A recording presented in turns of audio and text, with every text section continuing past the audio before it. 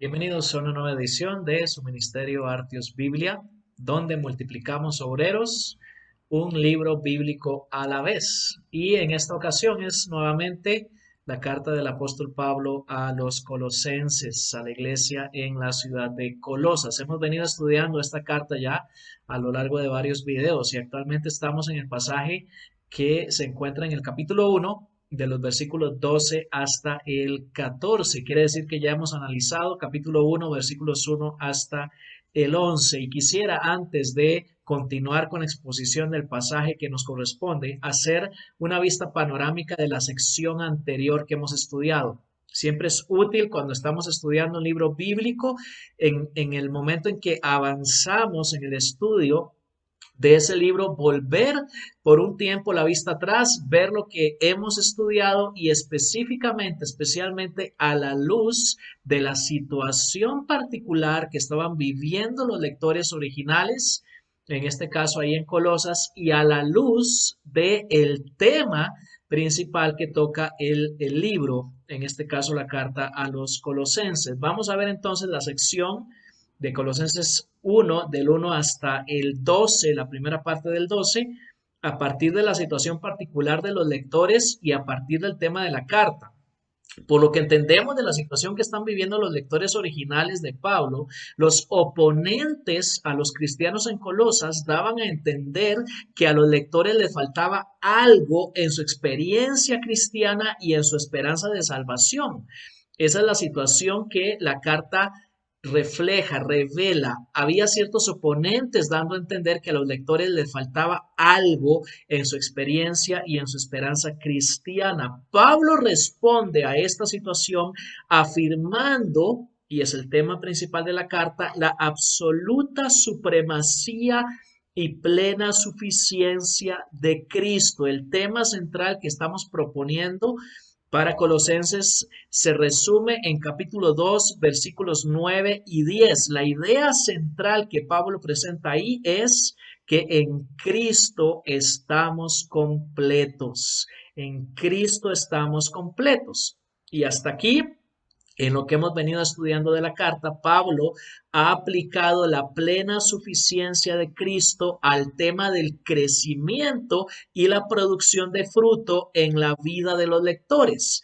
Esos temas van juntos y se repiten dos veces, en capítulo 1, versículo 6 y en capítulo 1, versículo 10. Pablo va a hablar de el crecimiento y la producción de fruto. ¿Y cuál es la relación entonces entre eso y la plena suficiencia de Cristo? Bueno, es precisamente que esa plena suficiencia de Cristo es la que produce en ellos el crecimiento y el fruto que Dios requiere. Y esa plena suficiencia de Cristo que produce ese crecimiento y ese fruto llega a las vidas de los cristianos, tanto de los lectores originales como para nosotros hoy también, por medio de tres cosas que Pablo ha presentado hasta aquí en lo que hemos visto en la carta. Primero, por medio del evangelio recibido, capítulo 1, versículos 3 al 6. Segundo, por medio del ministerio de los diáconos,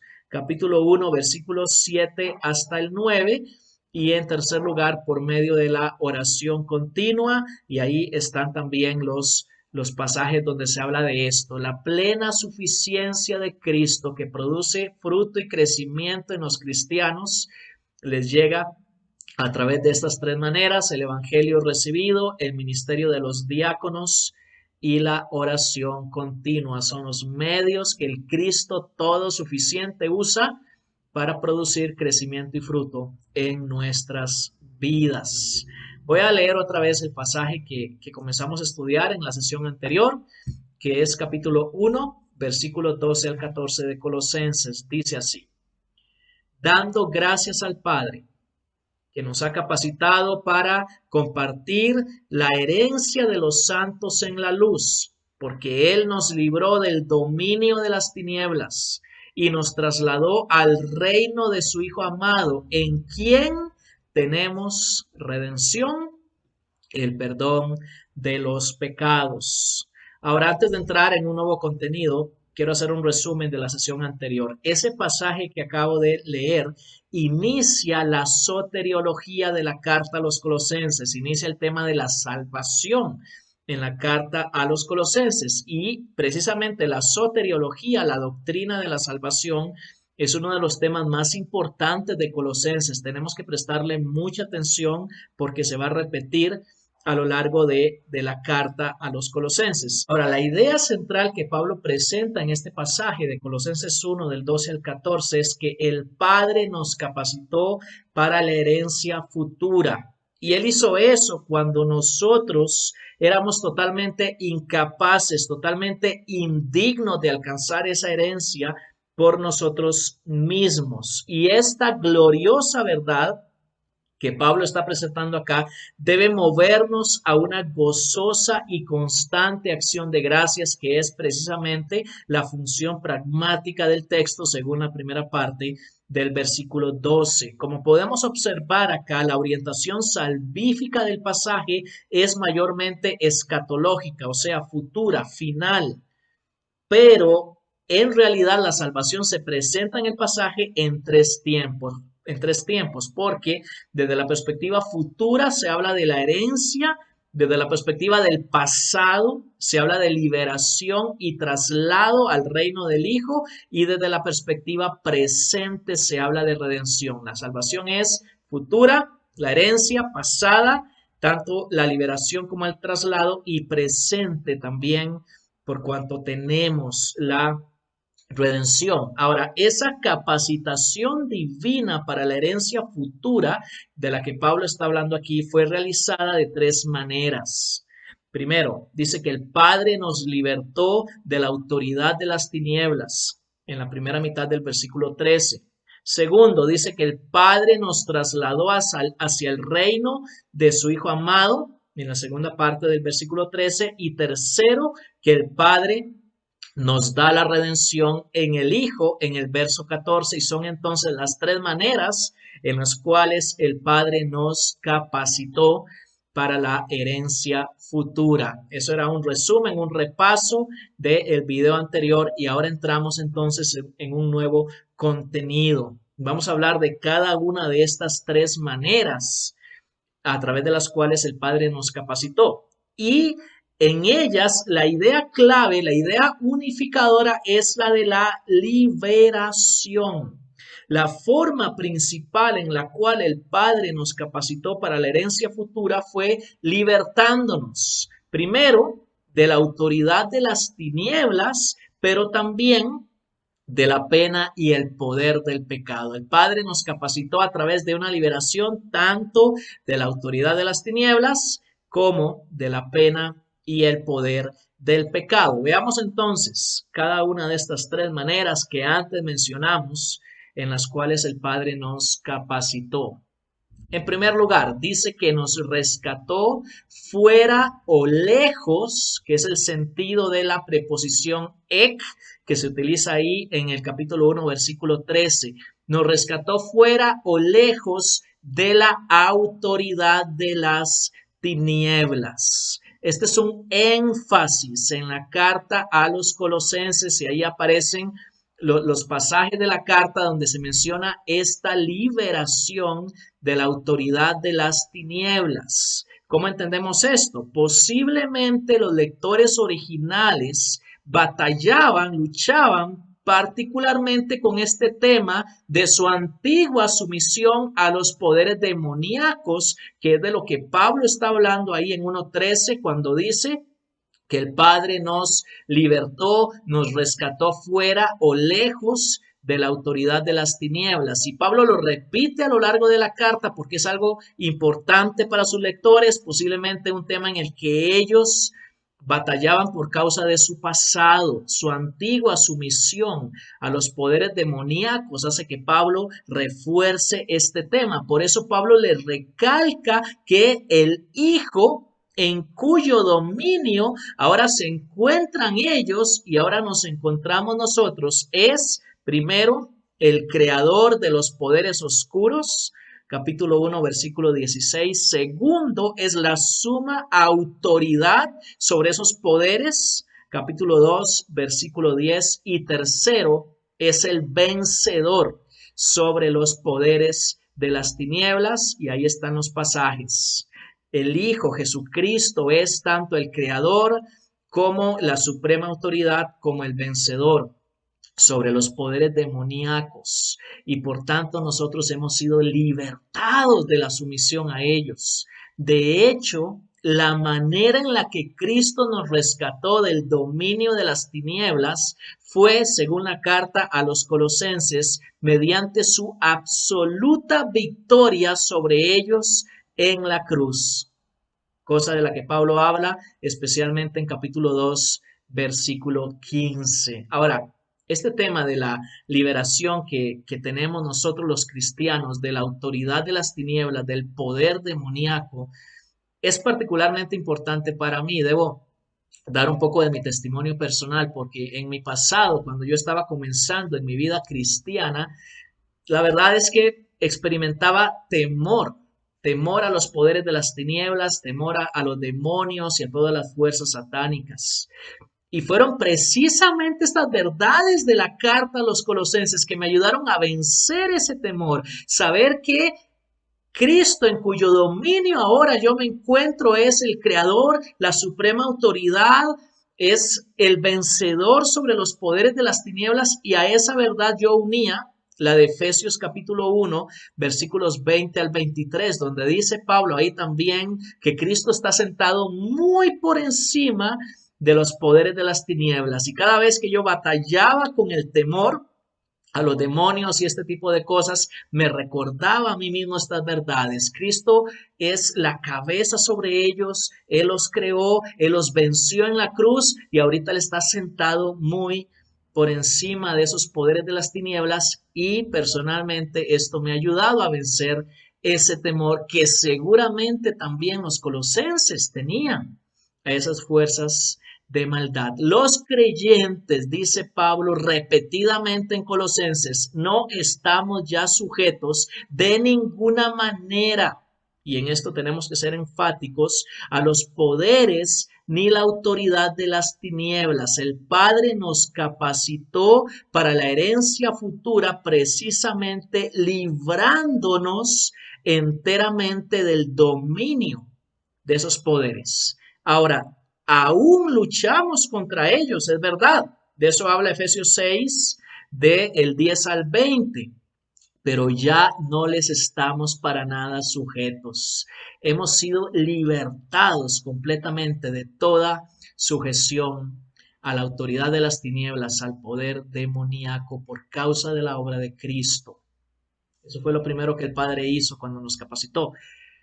En segundo lugar, dice el pasaje que nos trasladó hacia adentro del reino del Hijo de su amor. Por un lado dice que nos rescató fuera o lejos, la preposición ek en griego.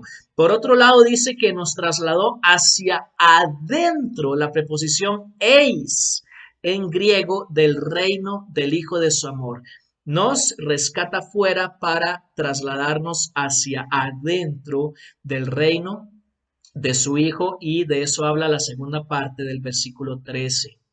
Ahora, en este contexto de Colosenses 1:13, este traslado al reino del Hijo del Amor implica al menos tres cosas que vale la pena mencionar. Primero, es un cambio de dominio. Antes, como ya lo dijimos, estábamos bajo la autoridad de las tinieblas. Ahora estamos bajo el gobierno del Hijo. Segundo, eso significa que nos encontramos dentro del gobierno de quien es el creador y dueño legítimo de todo el universo.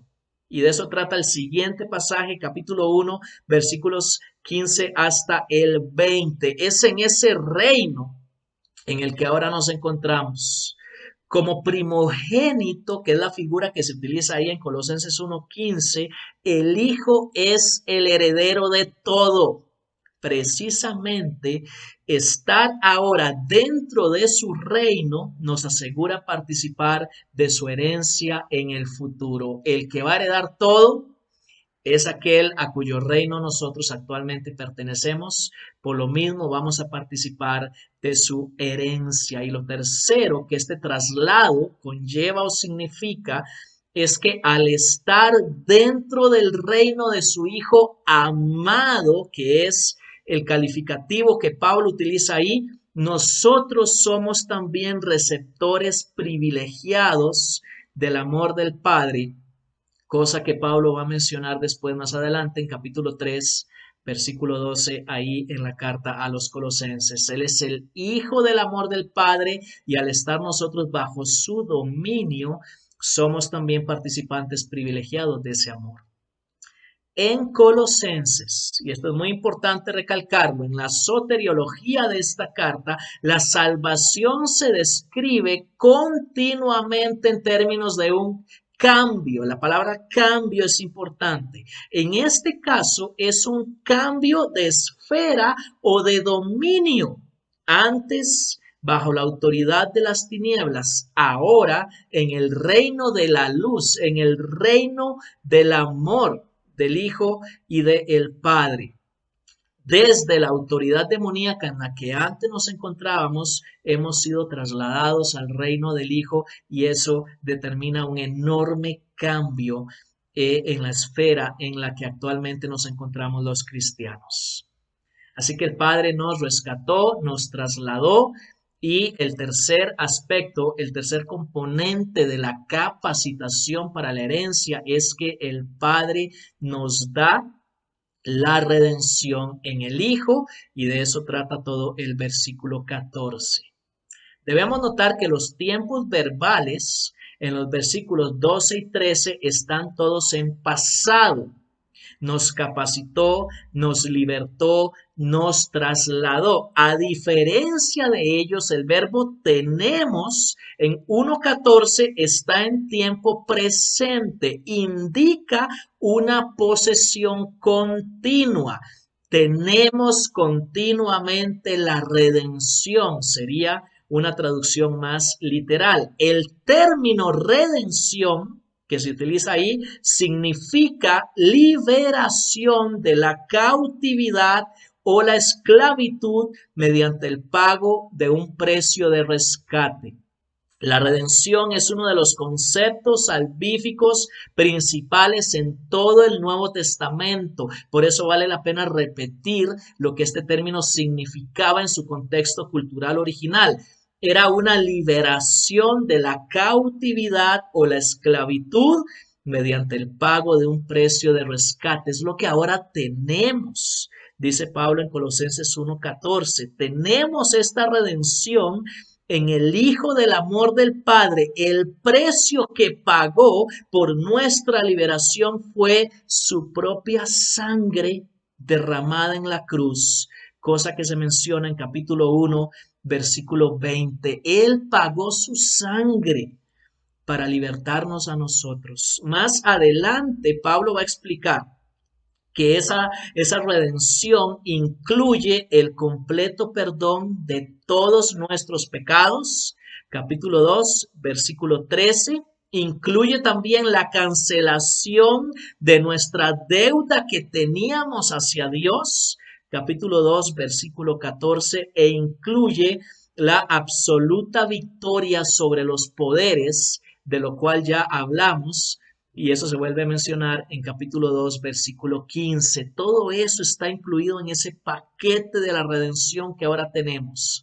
Ese continuo y completo perdón de pecados, cancelación de la deuda y victoria sobre los poderes. Aquí mismo, en 1.14, Pablo define esa redención como el perdón o la cancelación o la libertad de los pecados. El término en el idioma original, donde en 1.14 dice el perdón de los pecados, incluye tanto las ideas de perdón, cancelación de la culpa del pecado y liberación del dominio del pecado sobre nuestras vidas, hermanos. No es solo perdón de pecados lo que incluye la redención, es cancelación de toda culpa y liberación del dominio del pecado.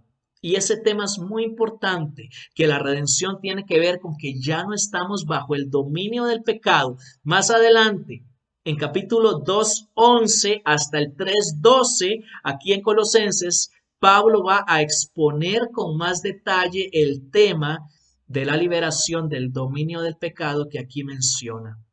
Redención es perdón, es cancelación de la culpa, es liberación del dominio del pecado. Y este tema de la redención es particularmente relevante en cuanto a nuestra relación actual con el pecado. ¿Por qué? Porque por un lado ya no estamos bajo su dominio. Por otro lado, podemos ser continuamente perdonados cuando pecamos. Ya no estoy bajo el dominio del pecado, pero sigo pecando y sin embargo soy perdonado. Y todo eso está incluido en el concepto de la redención, el perdón, la cancelación de la culpa, la liberación del dominio del pecado. Es por eso que el verbo tenemos indica una posesión continua por estar en tiempo presente.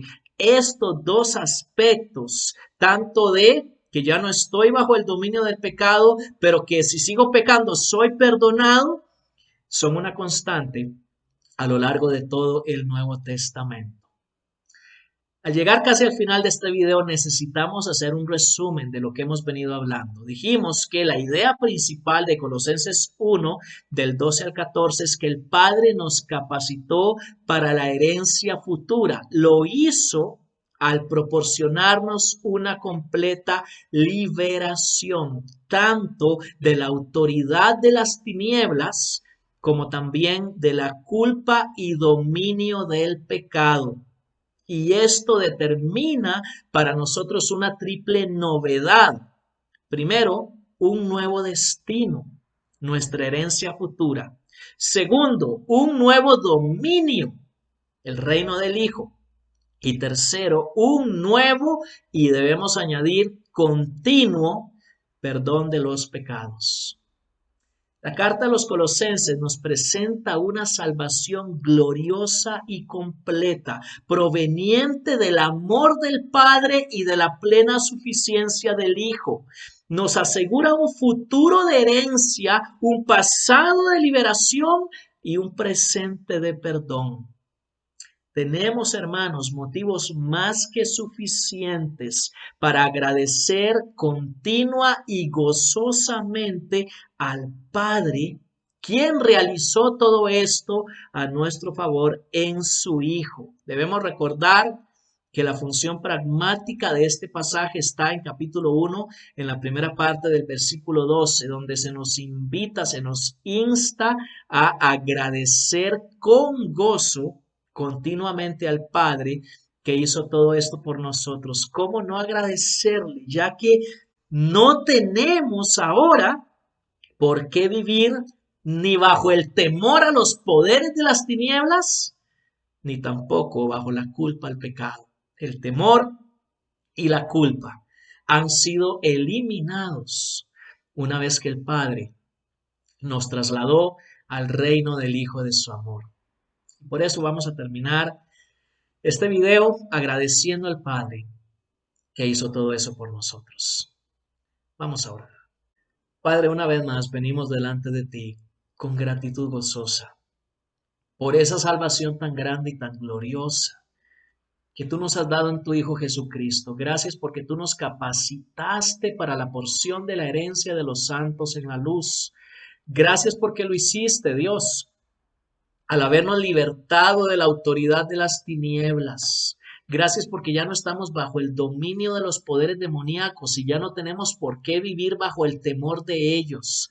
Gracias porque lo hiciste cuando nos trasladaste hacia el reino del Hijo de tu amor. Y eso significa que nosotros también somos receptores especiales de tu amor. Gracias porque en tu Hijo tenemos la redención, el perdón de los pecados, la cancelación de la culpa, la liberación del dominio del pecado. Gracias, Padre, porque ya no tenemos que vivir bajo el temor a los poderes ni bajo la culpa al pecado. Todo eso tú lo hiciste a través de la plena suficiencia de tu Hijo y te alabamos por eso en su bendito nombre. Amén. Esto es Artios Biblia, yo soy Mauricio Acuña y que el Señor te bendiga.